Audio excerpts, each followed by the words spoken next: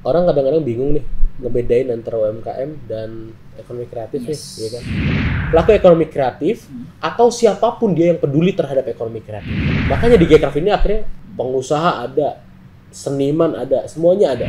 Emang pemerintah kita nggak mau suruh? Lah jangan tanya gua bukan juru bicara pemerintah. Pemerintah kita kan ada Kemenpar Craft. Craft itu kreatif, bro. Apa duitnya habis di G20? Mungkin nggak YouTube Rewind akan ada di Gcraft atau Kemenparekraf? Karena kan jubirnya Bang Sandi Uno nih ya kan. Aduh. Oke, ini saya menyambung ini loh aspirasi para Hei Anda joki muslim, lihat YouTube saya. Namanya juga Jakarta. Oke guys, welcome to Lang Review. Kali ini saya lagi bersama politisi muda. Iya, politisi muda. Tapi sebenarnya nih karirnya banyak banget nih. Ya kan, ntar kita kupas. Ada Mas Kawendra ada. Namanya juga Jakarta. Tentu harus lebih manusiawi. Apa kabar Mas? Alhamdulillah.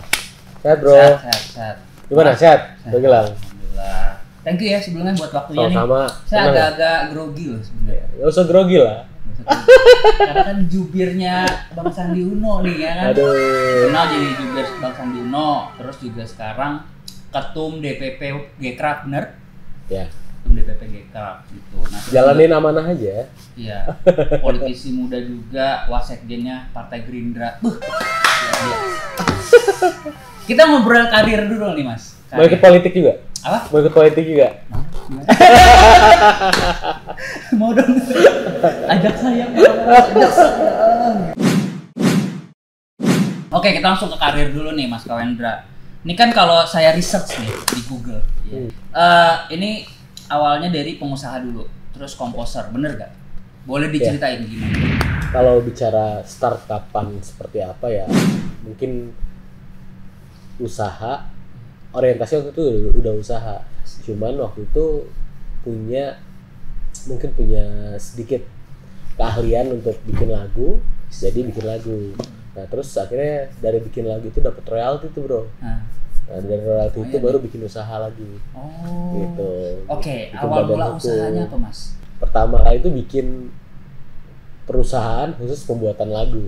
Oh. Ya terus ya jadi label, terus jadi akhirnya kita bikin kayak production house gitu kecil-kecilan, terus ada studio musik gitu kan, sempat bikin cafe juga gitu kan, namanya juga kan dapat royalti cerita kita dari iya. lagu itu, ya kan. Cuman ya begitu, yang namanya usaha kan kita nggak ada yang tahu tuh ya, bro. Kita usaha kuliner ternyata waktu itu zaman kuliah bertahan 9 bulan, tempatnya digusur habis itu. Habis itu bikin distro. Abis bikin distro, bukan bikin distro sebetulnya, lebih ke bikin produk t-shirt gitu, dititip di distro kawan. Iya. Nah, jadi waktu itu bikin sekitar 300 piece, itu sekitar 12 sampai 15 desain. Alhamdulillah tuh dalam 6 bulan cuma laku 1. Itu dulu brand sendiri ya? Bikin brand sendiri.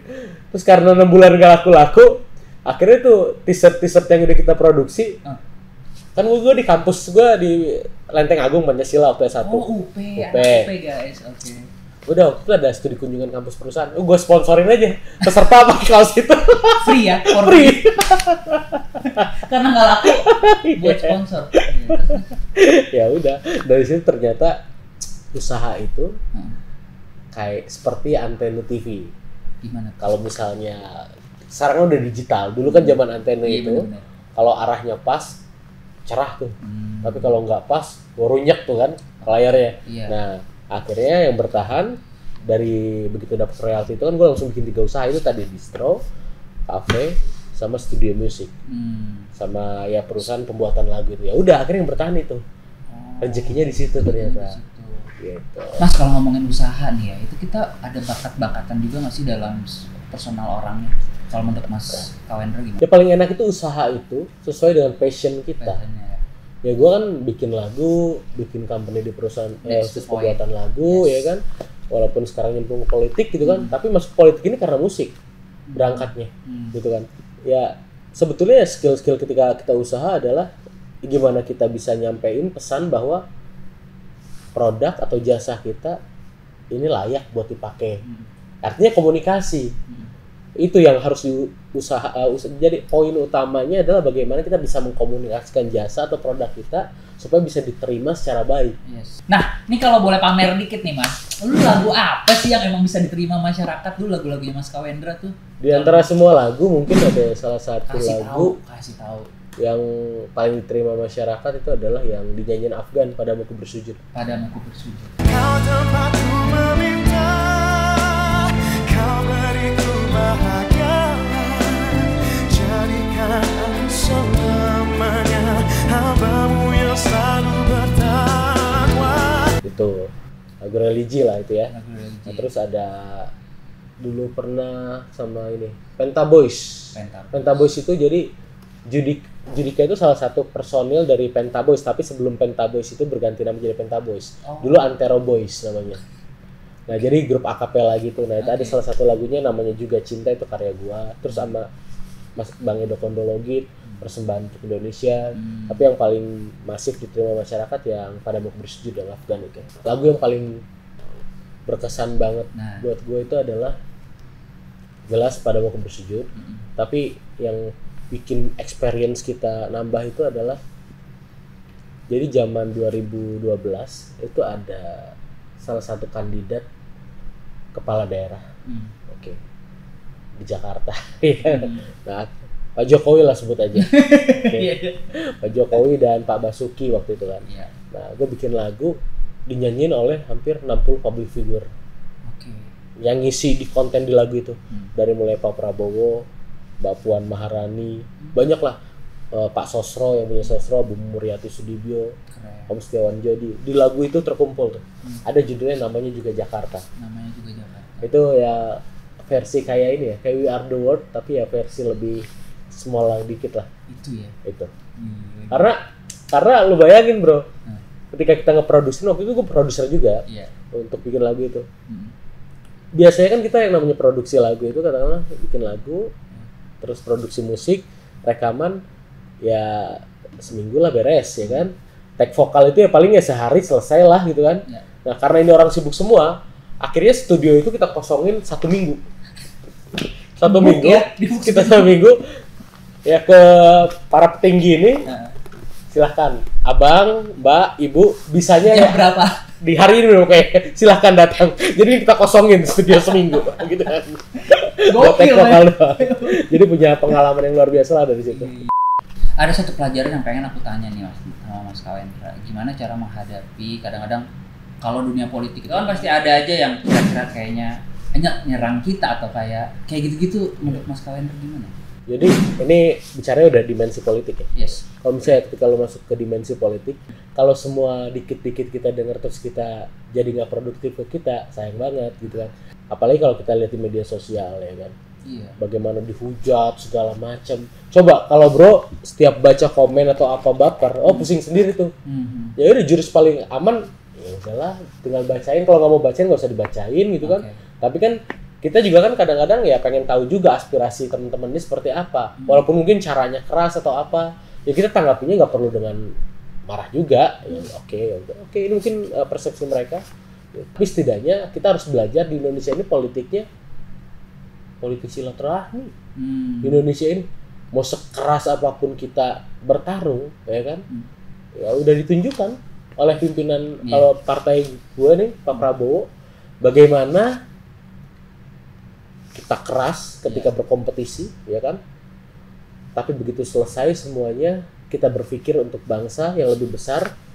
Kalau kata Pak Prabowo gini, ketika kita berbicara untuk bangsa dan negara, tidak boleh ada ruang untuk perasaan pribadi. Nah jadi, once lu udah berpikir yang lebih besar, lu pernah kecewa, tapi enggak dong. Ini ada yang mimpi yang lebih besar, ada tugas yang harus diselesaikan bersama. Kita terbukti gitu kan. Politik silaturahmi Indonesia ini bertanding untuk bersanding. Asik. Iya. Ya akhirnya kan Pak Prabowo juga menjadi bagian dari ya yang mengoptimalkan bangsa ini dengan tugas-tugasnya. Nah tapi ini kita ngomongin politik sedikit menarik ya untuk 2024 nih terutama ya. Itu gimana ada sinyal-sinyal tuh akan maju lagi nggak kira-kira? Kalau dari partai kami, kalau dari Gerindra kita udah memutuskan bahwa ya Bapak adalah kandidat satu-satunya untuk capres di Rapimnas kemarin. Ya kan situ kan mendengarkan aspirasi dari 34 ketua partai di daerah. Gitu. Oke, kalau aku mau nanya ke personalnya Mas Kawendra, why you choose Gerindra? Kenapa? Gerindra ini partai pertama yang gue masuk di politik, dan insya Allah mudah-mudahan gue berharapnya gue bisa terus di Gerindra. Ya, karena Gerindra ini banyak memberi ruang, Pak Prabowo ini banyak memberi ruang buat anak-anak muda. Jadi tidak ragu memberikan ruang untuk anak-anak muda berkarya dan berkontribusi untuk bangsa. Sebetulnya gini loh bro, pemimpin yang hebat itu bukan sekedar pemimpin yang bisa melihat kesempatan dan mengambil kesempatan, tapi dia harus mampu memberikan kesempatan. Nah jadi gue belajar banget tuh dari Bapak, itu dari Pak Prabowo, gimana memberikan kesempatan kepada anak-anak muda. Gitu. Nggak ragu Bapak itu memberikan kesempatan kepada anak muda menjadi caleg, menjadi ketua DPC di partai, menjadi anggota dewan, menjadi jubir-jubir muda, gitu, menjadi tim sukses gitu kan, gitu. Nggak pernah ragu memberikan kesempatan kepada anak muda. Ya, kamu muda, kamu punya kapasitas, silakan. Punya kapabilitas di situ. Iya. Go ahead. Mas, sebagai jubir sendiri kesulitannya ada nggak? Jubir. Ya tentu kan kalau bantuin Bang Sandi sebagai jubir, kita menyampaikan pesan-pesan beliau, semangat beliau. Ya kesulitannya kadang kita harus bisa mencari bahasa yang bisa langsung diterima oleh semua segmen, gitu. Tapi kan itu bagian dari pembelajaran juga. Oke. Ini mungkin banyak yang belum tahu juga nih Mas, Gcraft nih apa sih ininya, ya kan? Boleh dijelasin dulu. Jadi Gcraft itu terbentuk 2019 tanggal 22 Januari. Ini kita kemarin baru ulang tahun yang keempat. Oke. 4 tahun lalu, ya ini adalah wadah inisiatif publik bagaimana untuk menggerakkan dan mendorong ekosistem ekonomi kreatif di Indonesia ini optimal, gitu. Kalau mau cerita kapan terbentuknya Gcraft, jadi ada satu momen gue di Bali sama Bang Sandi nih, ya ketua dewan pembina Gcraft kan dia kan, gitu. Ketua dewan penasihat Gcraft itu Bang Dasko, wakil ketua DPR. Nah jadi ketika gue nonton di Bali, satu momen gue nonton satu band Padi waktu itu, Padi. Begitu selesai nonton Padi itu kan acara Sound Renal itu IO-nya kawan kita. Terus kita tanya lah, ya kan, ini kalau tiket masuk sini berapa gini-gini, sekian, lumayan juga tiketnya, ya kan. Kalau ada yang paket 2 hari, ada yang 3 hari gitu ya.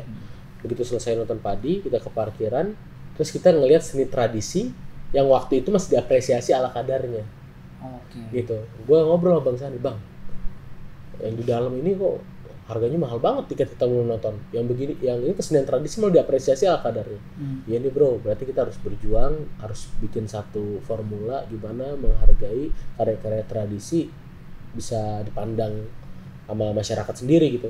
Ya udah akhirnya kebentuk besoknya kita rapat pas udah balik Jakarta. Gue bilang, Bang, ini kita bentuk nih namanya Gerakan Ekonomi Kreatif Nasional. Konsepnya adalah organisasi dari Sabang sampai Merauke harus ada pengurusnya, supaya jadi rumah besar untuk para pelaku ekraf, supaya pelaku ekraf ini merasa tidak sendirian ketika berjuang.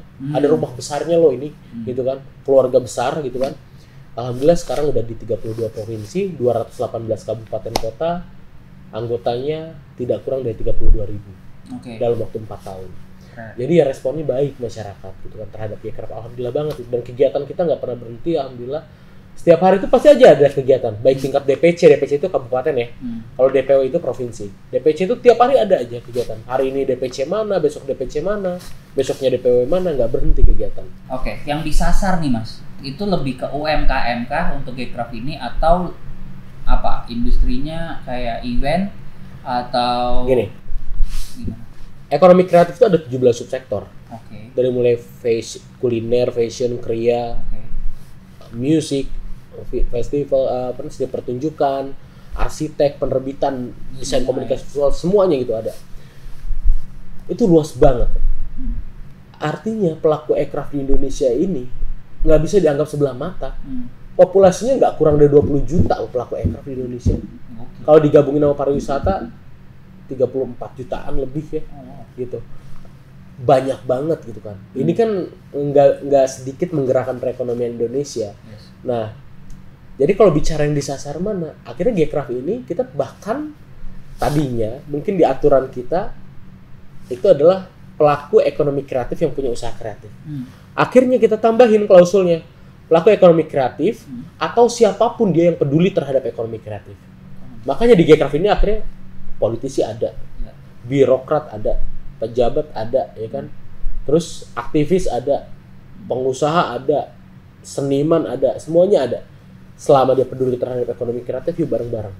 Karena kita yakin ekonomi kreatif ini masa depannya Indonesia. Jadi orang kadang-kadang bingung nih ngebedain antara UMKM dan ekonomi kreatif nih, ya kan. Nah, contoh sederhana itu katakanlah once lo beli kain, ya kan, gelondongan gitu kan, mungkin itu pengusaha UMKM ya, kategorinya ya. Tapi ketika kain itu udah di-create sesuatu, dibatik, ditenun lah, udah ada add value-nya, nah itu ekonomi kreatif. Tapi jangan lupa juga, katakanlah 17 subsektor pelaku aircraft ini banyak yang kategorinya UMKM, gitu. Baik itu kuliner tadi ya, UMKM.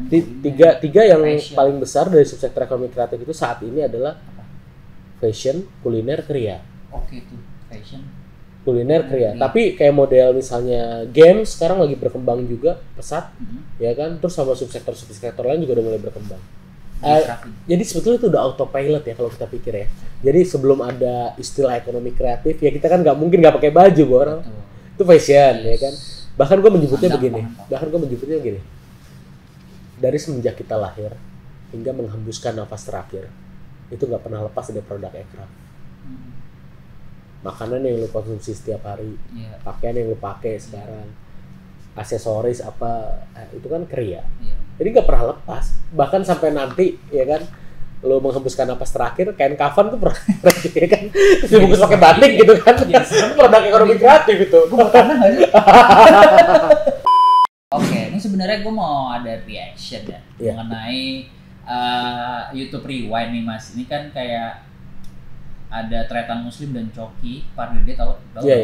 Itu kan sempet sedikit ngasih sentilan atau apa ya, kayak mengenai ekonomi kreatif atau wadah untuk anak-anak muda ini tuh menurut mereka tidak difasilitasi sama pemerintah. Nah, ini gue putar videonya sedikit, nanti boleh ditanggepin ya. Nggak apa-apa ya Mas, ada reactionnya. Kenapa Rewind Indonesia di channel Close the Door ini emang boleh di sini? Boleh Slim, di sini bebas ngomong apa aja, agama, politik, cuman satu yang nggak boleh. Apa itu? Nanya perawan. Enggak, tapi kenapa di channel ini, bro? Loh, nggak, karena faktanya cuman om-om botak itu yang mau support aspirasi anak muda, udah itu aja.